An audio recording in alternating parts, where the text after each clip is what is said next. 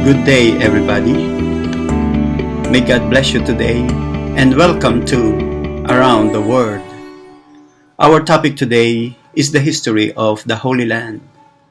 There is no place in the world that is called Holy Land in the Bible except the land of Canaan, which later became the land of Israel. For Jews and Christians alike, the Holy Land is not only the land promised by God to Abraham as a heritage to his people, but the land acquired through God's guidance and miraculous intervention in the history. In Leviticus 25:23, the Lord said, "The land is mine, for you are strangers and sojourners with me." The Bible has clarified that this Holy Land belongs to God. He owns it. And this land belongs not to anyone else, not even to the ancient people of Canaan, but to God alone. But who were the Canaanites, and why they were there when Abraham arrived in the land? Well, if we will go back to the history, Canaan was the son of Ham, the son of Noah. And the story said that when Noah was drunk, his son named Ham saw the nakedness of his father and told his two other brothers. There were so many interpretations in this short narrative, but the Bible is clear that the phrase nakedness of his father means the nakedness of his father's wife. Therefore, what Ham saw was the nakedness of Noah's wife, the naked body of his mother, and he probably abused her, so that some scholars said that Canaan was the result of this incest relationship. And for that reason, the Bible emphasized that Canaan was the son of Ham and not of Noah. Genesis 9:18. So, as the story goes, when Noah awoke from his wine, not from sleep, he then discovered what his younger son Ham had done to him. As a result, Noah pronounced a curse to the son of Ham, Canaan, adding that Canaan will be servant of Shem. As the children of Noah began to spread, Canaan, the son of Ham, possessed the land in the east coast of Mediterranean, the land that belongs to God. Since then, they lived there and called it the land of Canaan. And during this period, the land of Canaan was ruled by Egyptian pharaoh. Deities, arts, and technology were intermingled between the two cultures. Egypt used Canaan as a buffer against rival empires like Mesopotamia, and a source of revenue through taxes, tribute, and trade. Archaeological evidences of potteries, ancient building structures, military garrison show the connection between the ancient Egypt and Canaan. Then one day, God called Abraham, a Hebrew originally from Ur of Chaldea, and promised to give him land and seed. Abraham would be a great nation and a blessing to all the families of the earth. In Genesis chapter 12. Abraham was 75 years old when he entered Canaan, and he was 100 years old when his son Isaac, a miracle baby, was born unto him. Isaac begat Jacob, and from him the 12 children of Israel came. From this period, the name Eretz Israel, or Land of Israel, began to emerge. But famine struck the land of Israel, and the children of Jacob were forced to go down to Egypt because there was grain in Egypt. One of Israel's sons, Joseph, became powerful vizier in Egypt, and his family stayed in Egypt since then.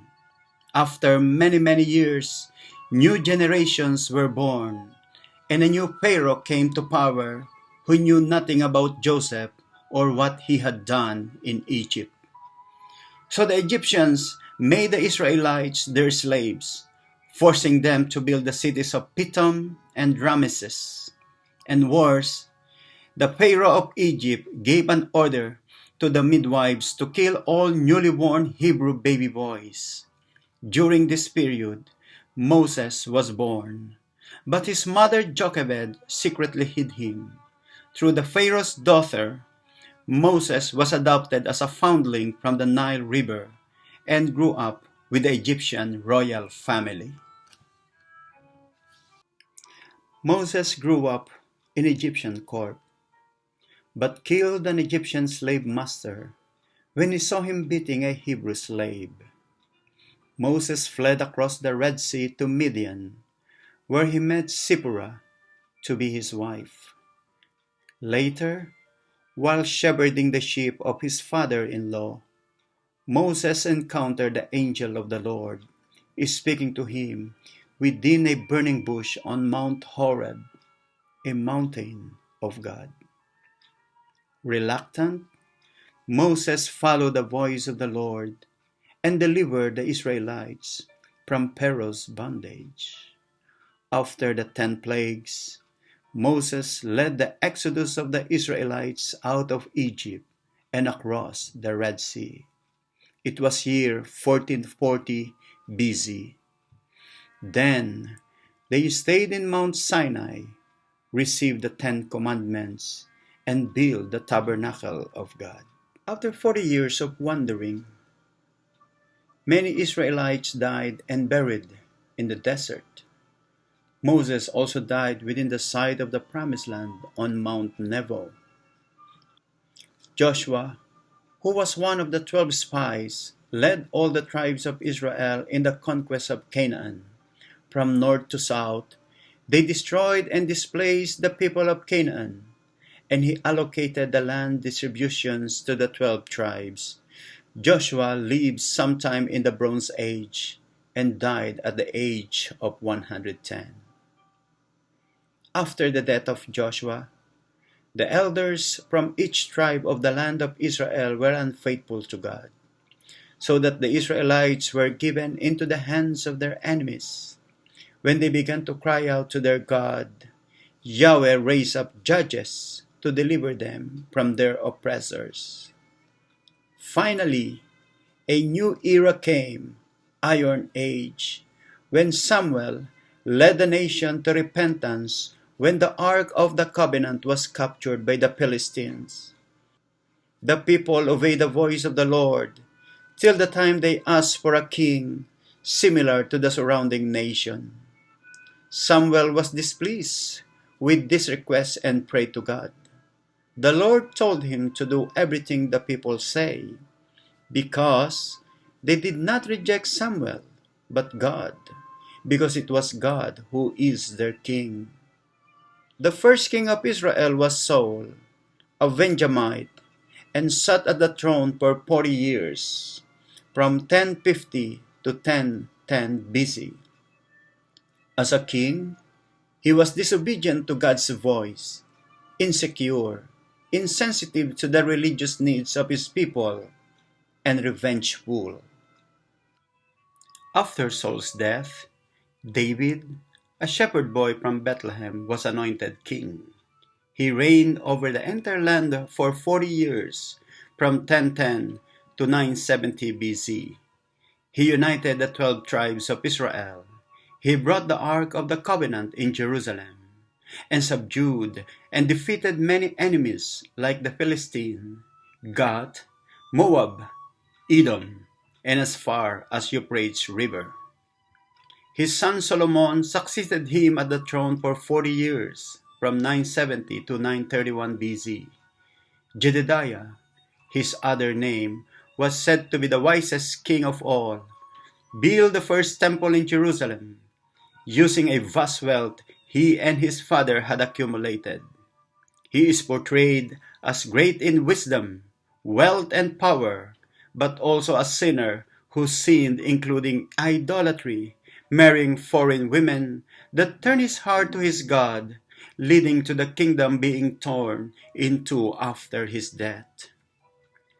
Unfortunately, the kingdom was divided into two when his son Rehoboam became king on 931 BC. The south was called Judah, and Jerusalem was its capital. The northern part was called Israel.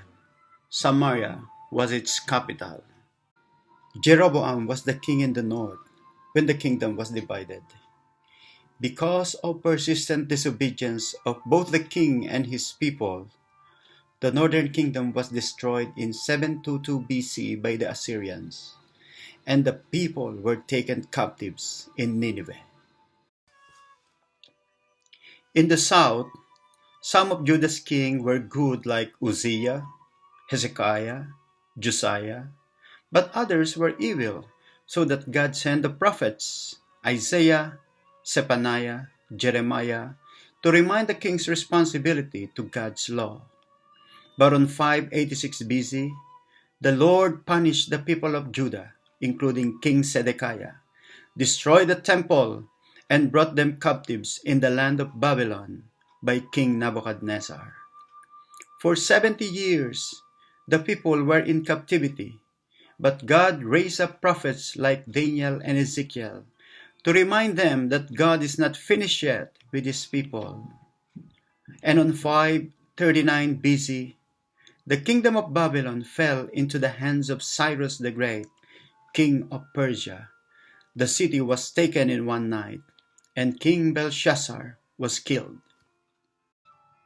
Immediately, Cyrus the Great issued a decree to send the Jewish people back to their homeland in Judah and to build a temple in Jerusalem. In 516 BC, exactly 70 years after the captivity, the second temple, though smaller than the first one, had been dedicated to the God of their forefathers, led by Zerubbabel and Joshua. Then, on 458 BC, Ezra the priest returned to Jerusalem to instruct the people about the law of Moses. And on 444 BC, Nehemiah returned also and started to rebuild the walls of the city. The land of Judah, Samaria, and Galilee were under the sovereignty of Persian Empire until a great man from Greece rose to power, Alexander the Great, killing all rivals before they could challenge his sovereignty. He conquered Egypt, Holy Land, Anatolia, and Persia in October 331 BC, killing King Darius and proclaimed himself King of Persia. Though Alexander the Great died before realizing his dream of uniting the entire world, his influence on Greek culture was so profound that inspired a new historical epoch, the Hellenistic period. After his death on 323 BC, his kingdom was divided into four: Macedonia, Anatolia, Egypt, and Syria. The land of Israel fell to the hands of Egypt, led by Ptolemy, a diehard for Greek language and culture. Ptolemaic military units were stationed throughout the land, and many Greek cities were established in Holy Land. Around 260 BC, Ptolemy II Philadelphus built a large library in Alexandria and ordered the translation of the Hebrew Bible into Greek Septuagint. The story said that 72 Jewish scholars translated the Bible in just 70 days, and a large Jewish Greek-speaking population in Egypt began to see the Bible in Greek language for the first time. In 198 BC, war erupted between Egypt and Syria. The Egyptian army was severely beaten, and the Holy Land once again came under the rule of the foreigner, the Syrian Seleucids. In 168 BC, Antiochus Epiphanes IV imposes Hellenization and desecrated the temple. He banned many Jewish and Samaritan religious practices like Sabbath, circumcision, animal sacrifices, and feast celebrations. He burned the copies of the Torah and placed the image of Olympian Zeus in the altar of the temple, sacrificing an unclean animal to his gods. But these had sparked the revolt, and the Hasmonean family, or the Maccabees, led by Mattathias, killed those Jews who stepped forward to offer a sacrifice to an idol. They destroyed pagan altars in the villages, and their forces gained power and victory against the Seleucid army. It was said that after retaking Jerusalem and the temple, they lit the holy lamp or menorah with enough oil for one night. Miraculously, the lamp stayed lit for 8 days until enough oil could be procured. That begins the celebration of the Feast of Hanukkah every year. In 147 BC, the Hasmonean dynasty, led by the Jewish high priest, ruled an independent Holy Land. At first, the rulers were righteous people who were careful not to assume the title of monarch. But later, the new generation usurped the throne, disregarding the tradition that only the descendants of King David may be called king. The dynasty lasted on 63 BC till Judea was conquered by the Roman Empire. In 47 BC, Herod the Great, the son of Antipater, was appointed governor of Galilee at the age of 28. He was half Jew, half Edomite, and raised to Judaism religion. His rise to power was due to his father's good standing relation with Julius Caesar, who entrusted his father Antipater with the public affairs of Judea. He established good relationship with Roman Empire by collecting taxes from the Jewish people and destroying the bandits and self-proclaimed messianic leaders in various places of the Holy Land. He enjoyed the backing of Rome, but his brutality was condemned by the Sanhedrin. Herod was granted the title of King of Judea by the Roman Senate on 35 BC. As such, he was a vassal of Roman Empire, expected to support the interests of his Roman patron. But when he died, the Roman territory was divided to his 3 sons. Herod's most famous project was the expansion of the Second Temple in Jerusalem. He also erected palaces and fortresses like Masada, Herodium, Aqueduct, Gymnasium, Greek cities, and the magnificent port of Caesarea. Tradition said that Herod the Great died on the evening of Passover on 4 BC at the ripe age of 70, having reigned over the Jews for 37 years. During his reign, in an obscure hillside village in Bethlehem, a child was born who would one day claim for himself Herod's mantle as King of the Jews, Jesus, the son of carpenter, the Son of God.